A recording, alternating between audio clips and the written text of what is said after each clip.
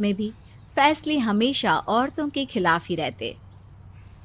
मैं जो फैसला सुनाता हूँ वो भगवान की आज्ञा होती है।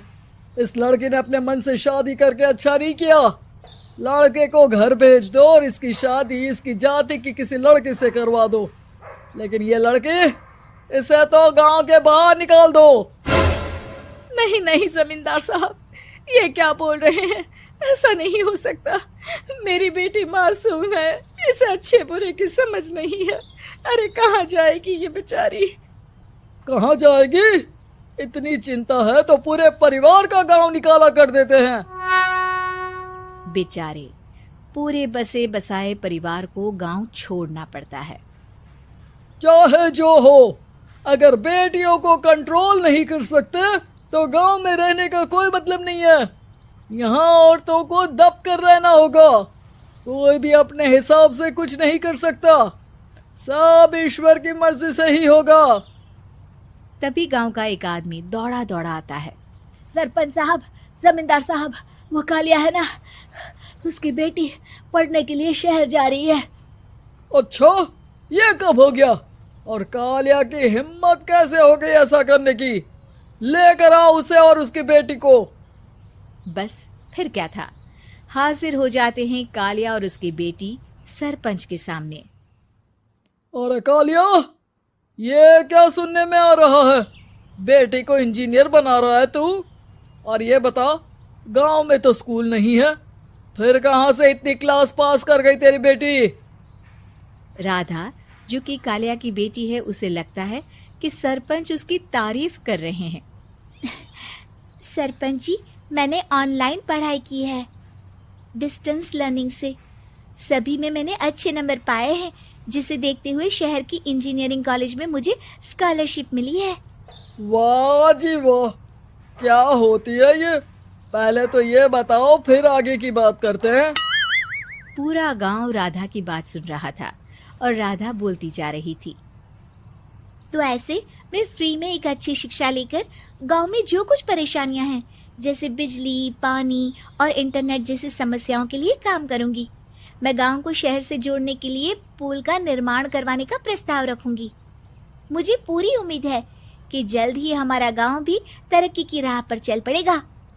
राधा की बात सुनकर सारे गांव वाले ताली बजाने लगते हैं। सरपंच को समझ नहीं आता कि वो क्या करे।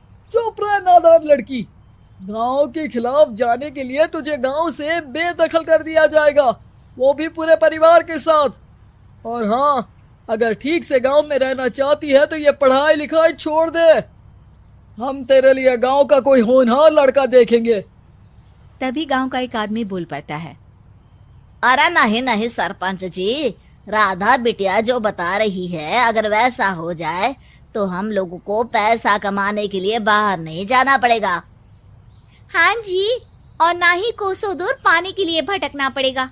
हमारे बच्चे भी अच्छी पढ़ाई कर सकेंगे और आगे बढ़ेंगे, ना कि हमारी तरह खेती करते बैठेंगे। क्यों गांव वालों, राधा बिटिया का साथ देना चाहिए ना। सरपंच देखता है कि गांव राधा के साथ है तो वो चुप हो जाता है। वो घर आकर अपने सलाहकार से बात करता है, जो बहुत ही चालाक किस्म का इंसान होता है। अरे सरपंच साहब, आपको बहुत ही होशियारी से काम लेना पड़ेगा। एक बार गांव तरक्की कर गया, यहाँ के बालक पढ़ लिए तो कोई ना पूछेगा आपको। और फिर ये जो बेटा और बेटी है ना आपके, इनको भी आम लोगों की तरह ही जीवन जीना होगा। हाँ, लेकिन करे तो क्या करे?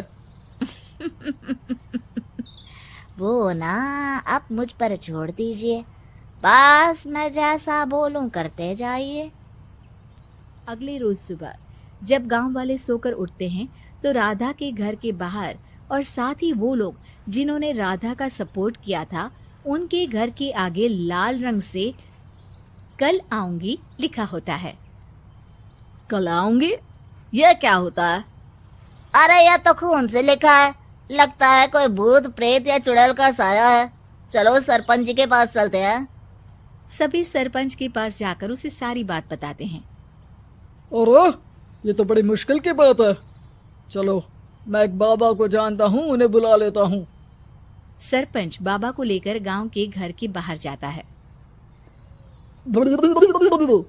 ओहो, तो ये वो चुड़ैल है जो उन लोगों को निशाना बनाते हैं जो गांव को बदलने का सपना देखते हैं। वो गांव को ऐसे ही संपन्न देखना चाहती है। वो नहीं चाहती कि कोई बाहरी यहाँ का कायाकल्प करे। क्या तुम लोगों में से किसी ने गांव को बदलने की सोच रखी है? तभी राधा की माँ रोते रोते आती है। मेरी राधा घर से गायब हो गई है। अरे कोई तो बचाओ, मेरी बच्ची कहाँ गई?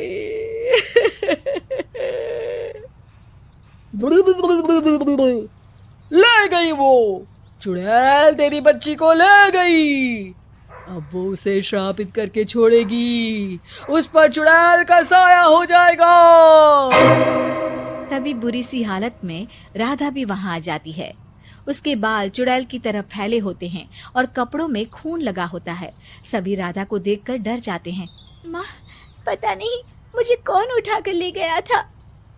अरे दूर दूर हो जा चुड़ैल, अब हम लोग इस गांव में नहीं रुकेंगे। अरे कैसे बातें कर रहे हैं आप? कल तो आप मेरे भरोसे गांव का हुलिया बदलने, अपने बच्चों को पढ़ाने और तरक्की उन्नति की बात कर रहे थे, तो आज क्या हो गया आपको? ये फिर तुम लोगों को बहकाएगी। ये चुड़ैल गांव में आ चुकी है। ऐसे ही ये तुम्हारे घर के बच्चों को भी ले जाएगी। गांव वाले राधा को गांव से बाहर निकाल देते हैं। उसके माँ बाप रोते रहते हैं, लेकिन गांव वाले नहीं मानते। मैं भी अपनी बहन के साथ गांव के बाहर रहूंगा, लेकिन वो पढ़ाई नहीं छोड़ेगी। वहीं सरपंच के घर पर सलाहकार कहता है। देखा, सांप भी मर गया और लाठी भी नहीं टूटी। लेकिन अगले ही दिन सरपंच के घर के बाहर भी वही शब्द लिखे होते हैं। और फिर सरपंच की बीवी कहती है, हमारी बेटी को किसी ने अगवा कर लिया है। तभी राधा का भाई वहां आ जाता है। अरे गांव वालों, मैंने सरपंच जी की बेटी को देखा था। वो चुड़ैल उसे उठाकर ले जा रही थी। अरे क्या मजाक कर रहे हो? नहीं नहीं सरपंच जी, आप नहीं जानते। वो चुड़ैल अब आपकी बेटी में आ जाएगी, जैसे राधा के अंदर आ गई थी। तभी सरपंच की बेटी वैसी ही हालत में वहां आती है जैसे राधा आई थी। पापा, पता नहीं कैसे मैं गायब हो गई थी। चुड़ैल, इसके अंदर भी चुड़ैल का साया है, मारो इसे। अरे नहीं नहीं, इसे भी राधा के पास गांव के बाहर ही भेज दो। अरे चुप रहो, मेरी बेटी कहीं नहीं जाएगी और चुड़ैल वुड़ैल कुछ नहीं होता है। अरे कैसे बात कर रहे हो सरपंच जी? आप तो बोल रहे थे कि आपका फैसला भगवान का ज्ञान होता है, तो अपने पर बात आई तो अब आप ऐसे बोल रहे हैं। अरे ना ना ना, आपको अपनी बेटी को त्यागना ही होगा। अरे बुलाओ बाबा को।